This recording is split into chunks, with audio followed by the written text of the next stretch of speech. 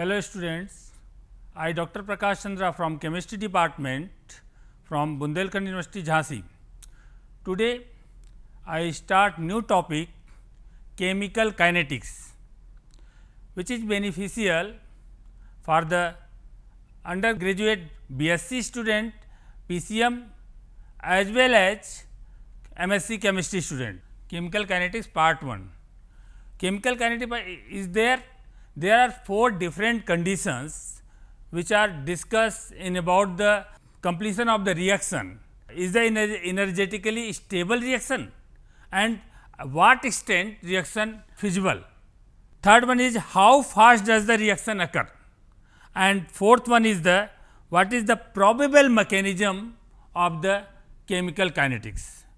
In all these 4 statements, 2 statements explained by the chemical thermodynamics. In the last lecture we are discussing in about the 2 statements, is the reaction energetically stable and at what extent reaction occurs, and the another 2 statements, third one is that ki how fast does the reaction occur, and last one is that what is the probable mechanism of the reaction. This was explained by the chemical kinetics. The objective of the chemical kinetics is to suggest possible pathways of the any reaction, and another objective is the what is the probable mechanism of the reaction, what is the theoretical mechanism of the reaction, what is the theoretical concept of the reaction. This is the mechanism, this is the possible pathways of the reaction, this is the objective of the chemical kinetics. Now we start the rate of reaction, and the rate of change of concentration per unit time. Let us consider a reaction A is to A plus B is to B is to that of the product rate constant K. A is to A, B is to B is to that of the product P, rate constant की. इस reaction की rate of reaction क्या होगी. हम rate of reaction को define करते हैं तो रेट ऑफ रिएक्शन क्या होता है. Rate of reaction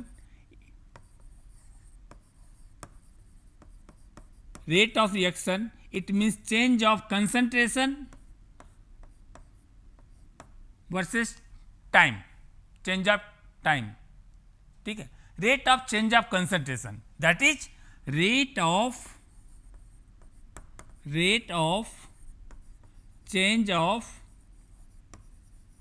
concentration. This is the rate of reaction per unit time. But in any reaction, how to define the rate of reaction? How to define the rate of reaction of the individual reactants and products? Let us consider a reaction. We can write here A is to A moles of A react with that of B moles of B to form a product P. Then in that case, the rate of the reactant A is that is minus of d of A by dt, and rate of the B is that minus of d of the B by dt, and rate of the product is that dP by dt. This rate is not equal because of the rate of any reactant or product must be equal for per mole of the reactants and product, per mole of the reactant and product. Therefore, this rate of the reactant A is that 1 by A minus dA upon dt is equal to 1 by B minus 1 by B dB upon dt is equal to that is dP upon dt. This is the rate of reaction here. अब जब किसी भी reaction के rate of reaction को define करते हैं तो rate of reaction it means कि rate of reaction is directly proportional to the active mass of the reactants. तो इस रिएक्शन का रेट हमें डिफाइन करना था, तो इस रिएक्शन के रेट को लिखेंगे that is rate of reaction directly proportional to the active mass of the reactant, that is A is to the power A and B is to the power B. And this proportionality अगर हम proportionality को हटाएंगे तो एक constant आ जाएगा that is K, A is to the power A and B is to the power B. ठीक है, this is the rate of the reaction. अब अगर हम दूसरे एग्जाम्पल की बात करें, अगर हम इस तरह का दूसरा एग्जाम्पल लेते हैं, 2 moles of A plus 3 moles of B is to that of C plus half D. कोई इस तरह का एग्जाम्पल लेते हैं और इसका रेट ऑफ रिएक्शन हमें निकालना है, यानी rate of reactants A, B, C and D. अगर किसी भी रिएक्टेंट का या किसी भी प्रोडक्ट का आपसे रेट ऑफ रिएक्शन पूछा जाए और उनमें से किसी एक का रिएक्टेंट या प्रोडक्ट का रेट पता हो, तो आप बाकी के रिएक्टेंट या प्रोडक्ट के लिए आप रेट फाइंड आउट कर सकते हैं. तो हम रेट लिखेंगे, तो ये रिएक्टेंट है, तो रेट रिएक्टेंट का हो जाएगा that is -1/2 d of a by D t. This is equal to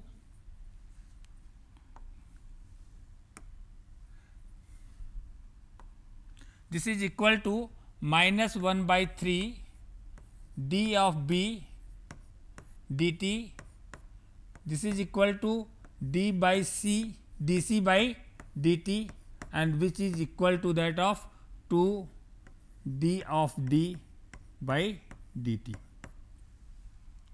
अब कोई भी रिएक्शन हमारा रिएक्टेंट से प्रोडक्ट में कन्वर्ट होता है, तो YR here indicates the negative sign in the case of reactant.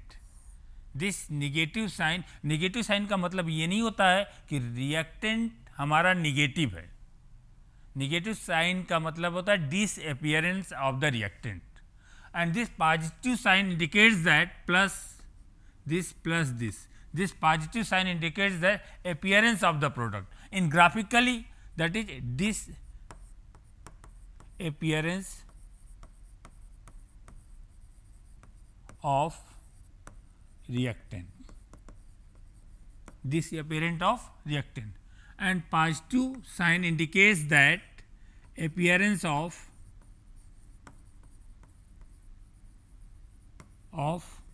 product,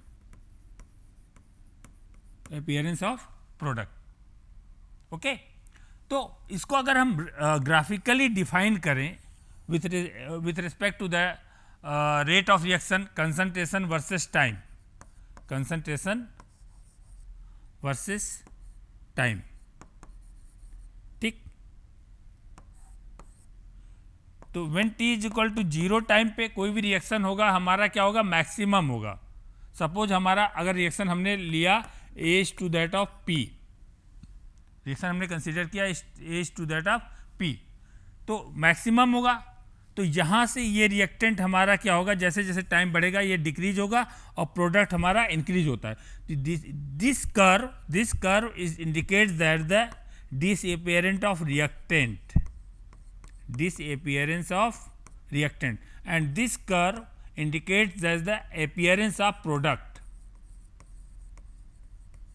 appearance of product. तो disappearance of reactant it means the negative sign, reactant हमारा डिसअपियर हो रहा है, इसलिए यहाँ से हम उसके रेट को निगेटिव साइन से रिप्रेजेंट करते हैं. यहाँ पे प्रोडक्ट के केस में हमको कंसंट्रेशन इंक्रीज कर रहा है, तो इसलिए हम यहाँ पॉजिटिव साइन से इंडिकेट करते हैं. तो this is the concept of rate of reaction.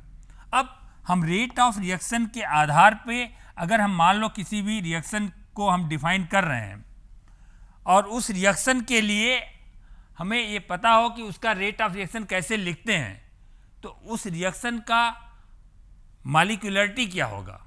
तो next is the molecularity of the reaction. Next one is the molecularity of the reaction.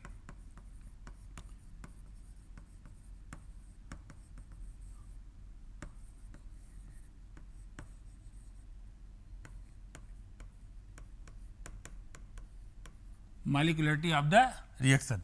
एक चीज ध्यान रखिएगा,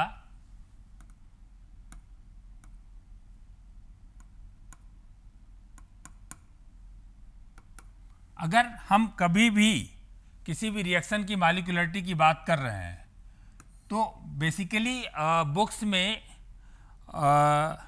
मॉलिक्यूलरिटी को डिफाइन करते हैं that is number of molecule taking part in the reaction, number of molecule participate in the reaction is known as molecularity.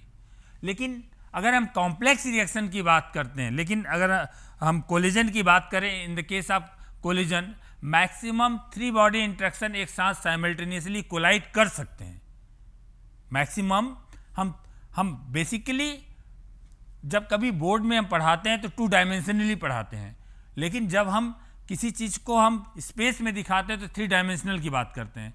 तो maximum 3 body interaction possible है। तो साइमल्टेनियसली अगर हम मॉलिक्यूलरिटी को हमें डिफाइन करना हो तो मॉलिक्यूलरिटी इट मीन्स कि number of molecule taking part in the reaction for elementary steps, या हम जिसे कहते हैं स्लोएस्ट स्टेप या रेट डिटरमाइनिंग स्टेप। तो the definition is that molecularity is defined as the number of molecule taking part in the reaction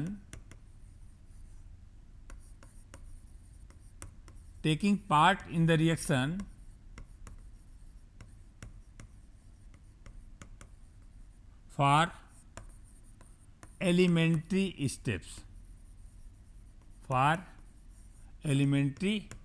steps, ये बहुत important है। और rate determining steps for elementary steps और रेट डिटरमाइनिंग स्टेप्स और slowest step, क्योंकि basically most of the reactions के rate को हम डिफाइन करते समय हमें ये पता है उसके जब तक हम उसकी रिएक्शन मैकेनिज्म यानी this is the theoretical concept of the reaction, जब तक उसके हम रिएक्शन मैकेनिज्म को डिफाइन नहीं कर लेते हैं तब तक उसके हम मॉलिक्यूलरिटी को डिफाइन नहीं कर सकते हैं। तो on the basis of the concept of the definition of the molecularity, number of molecule taking part in the reaction, it means कि केवल एंड केवल 3 बॉडी कोलिजन ही फिजिबल होता है। तो मैक्सिमम हम मॉलिक्यूलरिटी की बात करेंगे तो molecularity never exceed 3, molecularity never exceed 3, यानी that is molecularity never exceed 3, never exceed 3। And second point, molecularity never be 0, molecularity कभी 0 नहीं हो सकती है। अगर कोई रिएक्शन हमारा H2P अगर रिएक्टेंट है ही नहीं, प्रोसीड नहीं कर रहा, तो वहाँ पे मॉलिक्यूलरिटी क्या बात करेंगे, यानी कम से कम एक मॉलिक्यूल तो होना चाहिए। And third one is that molecularity is a whole number, molecularity is whole number, ठीक है। तो मॉलिक्यूलरिटी 3 से ज़्यादा नहीं हो सकती, मॉलिक्यूलरिटी हमारा 0 नहीं हो सकता, और मॉलिक्यूलरिटी हमारा होल नंबर है। इसका मतलब है कि मॉलिक्यूलरिटी या तो 1 होगा, या तो 2 होगा, और या तो 3 होगा। और मॉलिक्यूलरिटी को अब हम डिफाइन कर सकते हैं जब हम किसी कॉम्प्लेक्स रिएक्शन की बात करते हैं। तो कॉम्प्लेक्स रिएक्शन के केस में मॉलिक्यूलरिटी को डिफाइन करने के लिए हमें पता होना चाहिए उसका मैकेनिज्म क्या है, और उस मैकेनिज्म में जो रेट डिटरमाइनिंग स्टेप होगा, जिसे हम स्लोएस्ट स्टेप कहते हैं, वहाँ पे जितने नंबर ऑफ मॉलिक्यूल पार्टिसिपेट करेंगे वही उस रिएक्शन की मॉलिक्यूलरिटी कहलाएगी। जैसे अगर हम एग्जाम्पल के तौर पे देखें, अगर हम ये कहें H2 प्लस I2 2HI, ठीक है, ये हमें साफ साफ दिख रहा है कि यहाँ पर 1 मोल्स हाइड्रोजन, 1 मोल आयोडीन से रिएक्ट करके 2HI फॉर्म कर रहा है, तो इसलिए इसकी मॉलिक्यूलरिटी क्या हो जाएगी, मॉलिक्यूलरिटी 2। ठीक, लेकिन अगर हम इस तरह के एग्जाम्पल्स की बात करें कि N2 plus 3H2 is equal to 2NH3, formation of ammonia, formation of ammonia, तो क्या होगा, यहाँ पे अगर हम मॉलिक्यूलरिटी की बात करें तो यहाँ पे नंबर ऑफ मॉलिक्यूल जो पार्टिसिपेट कर रहे हैं 1 मॉलिक्यूल्स नाइट्रोजन के और 3 हमारे हाइड्रोजन के, 4, तो मॉलिक्यूलरिटी 4 होना चाहिए। लेकिन थ्योरेटिकली इसकी जब तक हमें मैकेनिज्म नहीं पता होगा तब तक उसकी हम मॉलिक्यूलरिटी को डिफाइन नहीं कर सकते हैं। और मॉलिक्यूलरिटी इसलिए नहीं डिफाइन कर सकते हैं क्योंकि मॉलिक्यूलरिटी नेबर एक्सीड 3, नेबर भी 0, molecularity is a whole number. ठीक, तो यानी इसकी मॉलिक्यूलरिटी हमारे 3 से 3 ज़्यादा नहीं होगा, 0 हो नहीं सकता है, और या तो 1 होगा या तो 2 होगा या तो 3 होगा। तो इसकी मैकेनिज्म के आधार पे जो स्लोएस्ट स्टेप होगा और स्लोएस्ट स्टेप में जो जितने नंबर ऑफ मॉलिक्यूल पार्टिसिपेट करेंगे वही इस रिएक्शन की मॉलिक्यूलरिटी कहलाएगी। अब हम बात करते हैं ऑर्डर ऑफ रिएक्शन।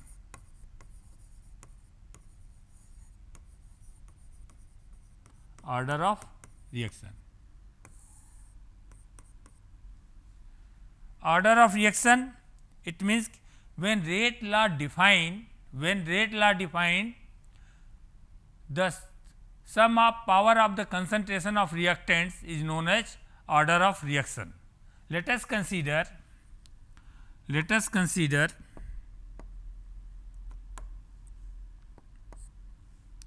अगर हम एग्जाम्पल ले लें alpha a plus beta b is to that of the product. ठीक, और इसका रेट कांस्टेंट क्या है, के। इस रिएक्शन का रेट ऑफ रिएक्शन हमें लिखना हो, और मैंने आपको बताया कि rate of reaction always depend on the concentration of reactants only. अगर रिएक्शन हमारा फॉरवर्ड डायरेक्शन में है तो उसके रिएक्टेंट पे डिपेंड करेगा, अगर रिएक्शन हमारा बैकवर्ड डायरेक्शन में तो वो एज ए रिएक्टेंट हमारा काम करेगा रिवर्सिबल रिएक्शन के लिए। तो यहाँ पे रेट ऑफ रिएक्शन होगा, that is rate of reaction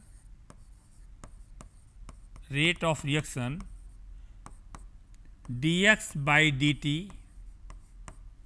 rate of reaction which is equal to that of k a is to the power alpha and b is to the power beta। ठीक, हमें order of reaction की बात करना था। When rate law define the sum of power of the concentration of reactants is known as order of reaction. लेकिन अगर आपको कभी भी प्रॉब्लम में किसी रिएक्शंस में अगर ये पूछ लिया जाए to find out the order of reaction with respect to A, या पूछ लिया जाए order of reaction with respect to B, तो हम क्या करेंगे, लिखेंगे ऑर्डर ऑफ रिएक्शन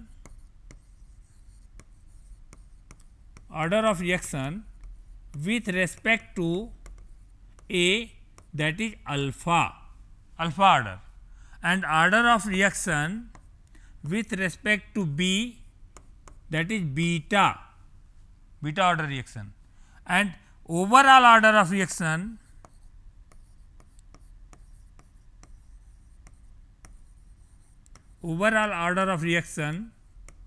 हमारा क्या हो जाएगा, sum of power of concentration of the reactant, that is alpha plus beta. Alpha plus beta is the overall order of reaction, alpha A, beta B is to P, where alpha and beta is the stoichiometric coefficient. Alpha and beta is the stoichiometric coefficient. अब किसी भी reaction के अगर हम order of reaction की बात कर लेते हैं तो हम ये डिफाइन कर सकते हैं कि वो रिएक्शन हमारा उस रिएक्शन का वो किस ऑर्डर का रिएक्शन होगा। अब एक इम्पॉर्टेंट बात यह है कि ऑर्डर ऑफ रिएक्शन हमारा एक्सपेरिमेंटली डिटरमाइंड वैल्यू होती है, और आपको अगर हम कंपैरिजन की बात करें तो जब हम मॉलिक्यूलरिटी और ऑर्डर ऑफ रिएक्शन के कंपैरिजन की बात करें तो molecularity and order of reaction, molecularity हमारा होता है कि number of molecule taking part in the reaction for elementary steps, this is the molecularity. तो उसके लिए हम उसको मॉलिक्यूलरिटी कहते हैं। और जो ऑर्डर ऑफ रिएक्शन होगा, order of reaction when rate law is defined, sum of power of the concentration of reactant known as order of reaction. ठीक है। Second point, molecularity is the theoretically determined properties and order of reaction is the experimentally determined properties. And third one is the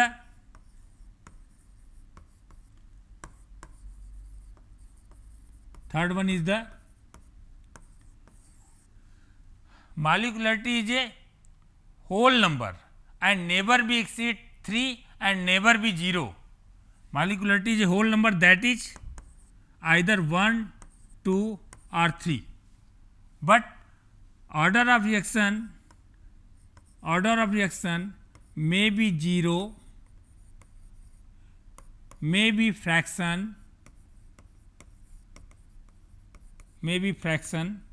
and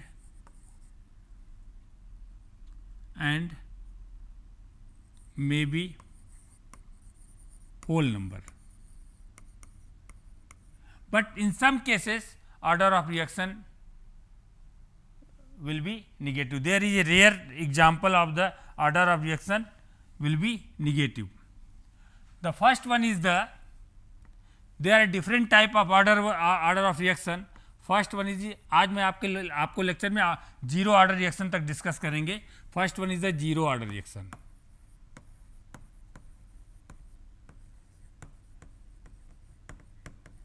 zero order reaction. Zero order reaction का मतलब है the rate of reaction is does not depend on the concentration of reactants. That is, let us consider H two P rate constant के naught. The rate of reaction that is when T is equal to zero time पे concentration हमारा A हो और product हमारा क्या हो, zero. And t is equal to T time पे concentration हमारा अगर ए माइनस एक्स हो जाए और प्रोडक्ट एक्स हो जाए तो इसके रेट को लिखेंगे that is minus of d a minus x by D t. This is equal to d x by D t. This is the rate of reaction. और कह रहा है कि जब रेट ऑफ रिएक्शन उसके रिएक्टेंट के कंसंट्रेशन पे depend नहीं करेगा तो उसे हम कहेंगे जीरो ऑर्डर रिएक्शन. तो rate of reaction d x by D T is equal to के naught A to the power zero. K naught A to the power zero, यानी A to the power zero की value 1 हुआ, यानी does not depend on the concentration of reactant. तो अगर graphically इसको देखें, graphically rate versus concentration अगर हम प्लॉट करें ग्राफ तो क्या होगा, कांस्टेंट होगा. अगर कांस्टेंट होगा तो उसे हम क्या कहेंगे, जीरो ऑर्डर रिएक्शन.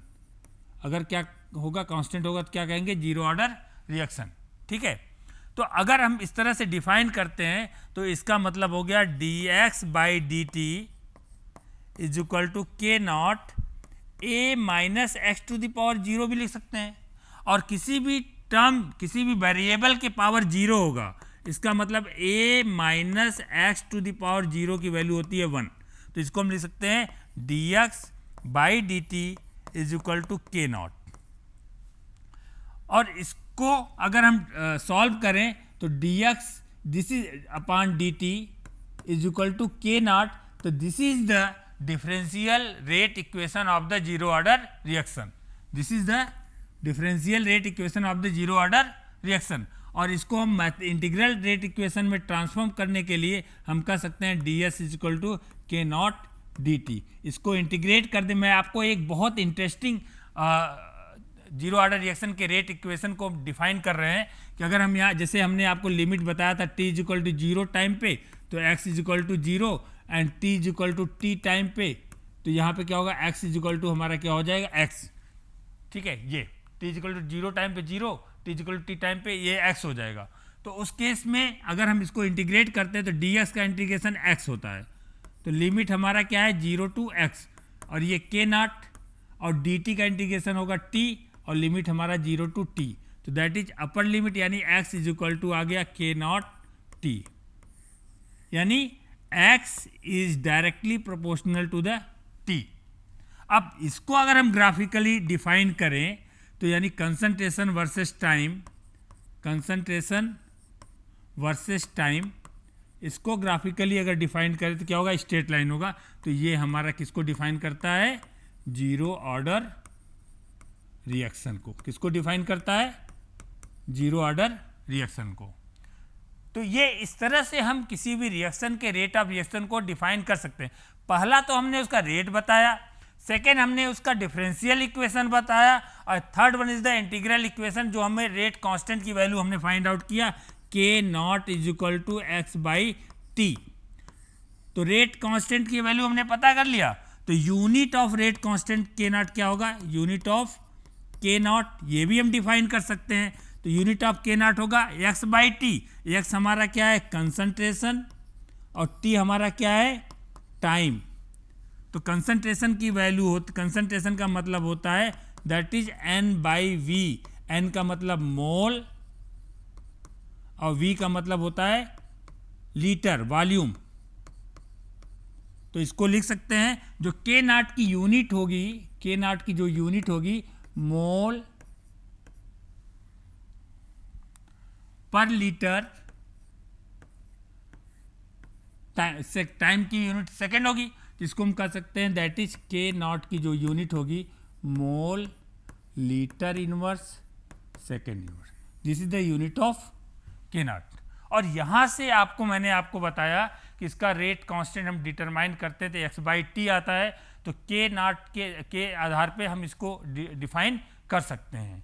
ठीक है, तो आज इतना ही जीरो ऑर्डर रिएक्शन के लिए, कि जीरो ऑर्डर रिएक्शन का रेट ऑफ रिएक्शन क्या होता है, उसका rate equation k is equal to x, k naught is equal to x by t हम कैसे निकालते हैं, और उसके ग्राफिकल डिफिनीशन, ग्राफिकल रिप्रेजेंटेशन हम कैसे प्लॉट करते हैं, उसको हम डिफाइन कर सकते हैं। और कंसंट्रेशन वर्सेस टाइम के बीच ग्राफ कैसे प्लॉट करते हैं, नेक्स्ट क्लास में हम आप लोगों को बताएंगे। जीरो ऑर्डर रिएक्शन से रिलेटेड कुछ और भी इम्पॉर्टेंट रिएक्शंस आपको बताएंगे, जिसके आधार पे आप जीरो ऑर्डर रिएक्शन का rate of reaction, order of reaction आप डिफाइन कर सकते हैं।